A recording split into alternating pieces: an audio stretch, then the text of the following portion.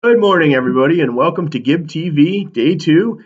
I'm still here at school, but this will probably be the last day unless I'm allowed to come in the building later. Let's see what's in the news. Well, we're still trying to quarantine as many things as possible. From what I just heard today, the malls will be closing at 5 p.m. today. So if you were planning on doing that, that's probably not going to be an option for a while. Okay, so what we're going to do today is we're going to get into the Great Depression. And I've posted a few things, but I'd really appreciate if you watch this video first. It'll make it a lot easier. Anyway, there's a Chromebook question for an assignment. I'd just like you to read what's there and please answer in a short paragraph. But I'd like to know that you understand the three topics as far as causes of the Great Depression. We're going to go back to the 1920s. Things were going well, and the economy was doing well. People's confidence was high. There was a whole bunch of consumerism, buying a lot of things, and credit was used for a lot of it as well.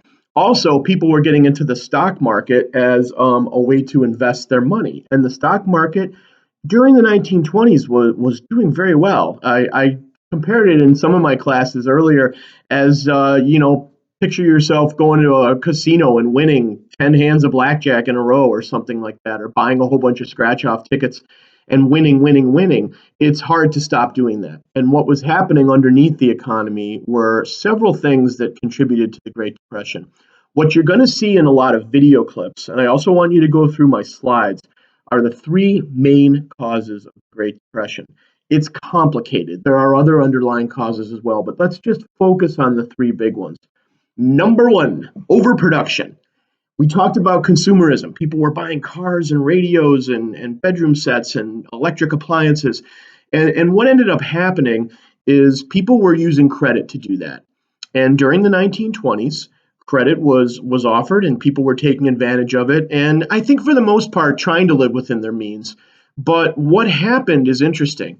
People started to fill their homes with all of these appliances. They had a car in the driveway. They had lots of other goods that were becoming extremely popular, like radios. Anyway, what happened during the 20s is people bought these things and they lasted a long time. So you weren't getting a lot of repeat buyers. You were buying a radio that was kind of built to last. You'd ask an older person about products, and they say, we don't build them like we used to. And that's in many ways true. There's a new iPhone or a new Samsung every year.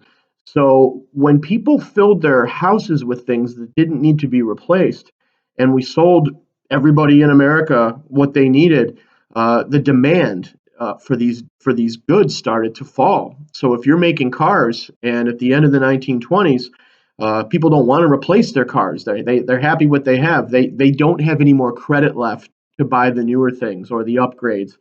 And what that leads to is factories realizing we got to stop producing as much.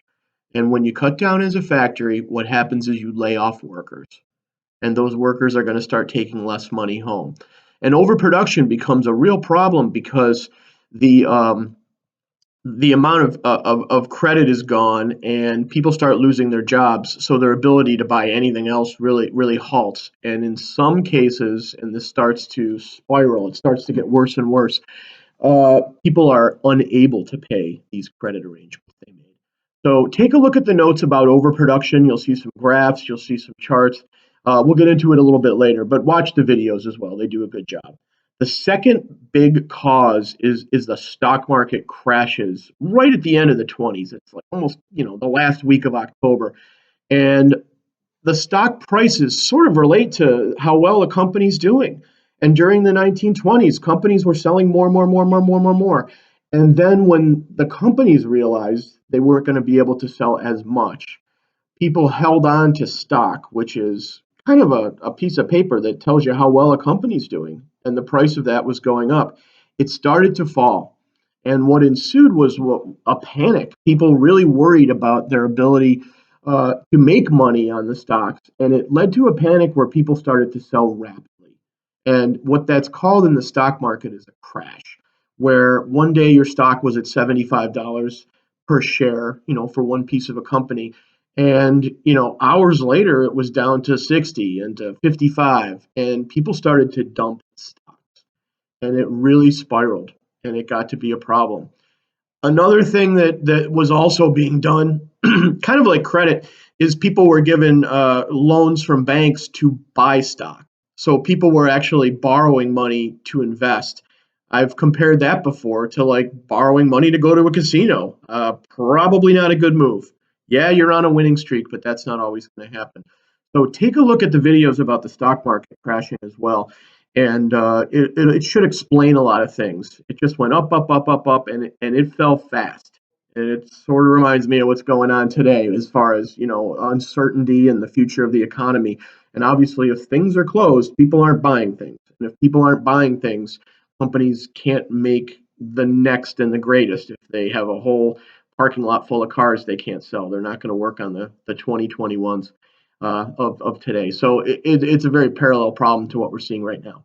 Okay, the last thing, and this is really one of the major problems, is the banking system starts to fail. In the days of the 20s and 30s, a bank was a place to put your money to be trusted. It was loaned to the community so they could borrow stuff, and banks had to keep a certain amount of money in their vaults, but they didn't do well with that. The rules weren't solid like they are now. So banks were loaning out a lot of money for people to buy stocks and to buy other goods, that when people started losing their jobs and started to take out their savings, the banks weren't able to cover everybody. And it created a panic. You'll see a bunch of videos. I've got a Simpsons clip, and I've got one from Mary Poppins, and even one from South Park that show a panic just with word on the street that the bank is running out of money. And this doesn't happen now because we have insurance. In order for a bank to be a bank, they've got to make sure they do things right. There weren't rules back then. The government was really hands off of business, and they were very much into letting things work out the way they worked out. And there was no safety net for people who had money in the bank. If you got there soon enough, you got your money out. But if you didn't and a bank closed, you lost your life savings. Now you don't have a job, you have bills, you don't have a savings. And this is a problem that nationwide is going to completely cripple the US economy. So I'd like you to take a look at the following videos. I'd like you to, in a way, summarize these three causes in your own words, but don't do it now. Do it after you've seen the information. Give me something. Give me something I can use on an eighth grade level. I want something intelligent, and it's really the only thing I want you to do today. Let's try to keep on top of this. I don't know what works for you. You have more freedom as to when you do this, but it's important that you do interact every day. I can be reached either through the Google Classroom. Feel free to send me a note or a message or anything if you find something that helps the lesson. Great. Other than that, why don't we meet back here? I'll send you another video later today. But I really would like to see more people responding in for my first question, if you haven't done that, which is really just an update. But let's get stuff done. I don't plan on giving stuff on the weekend. Let's see what we can do. And tomorrow we're going to talk about, well, what do you do? Things are bad. And the president at the time is a guy named Hoover. He's a pretty popular guy. He did some things in World War I that showed he had some great leadership as far as getting resources to people. Now he's in charge, and the world looks to this man. And unfortunately, it doesn't go well. He tries something, and we'll look at what he tried tomorrow. We'll look at how the nation reacted in the first years of the Depression, because this is going to go on for a while. So that's what's upcoming. So get your stuff in for me. I hope you enjoyed my little piano concert last night. Maybe I'll do something fun later today. But as you can see, I'm in school. There's very few, the teachers are here, but there's very little activity. We're all staying in our own rooms, trying to quarantine ourselves. But have a good day, get some sleep, do what you got to do. It might be a good time to explore interests and hobbies and do stuff. I think we're all going to find a lot of extra time on our hands. So be good to each other. It's going to be kind of tough, and I'll get back to you later today. Okay, bye guys.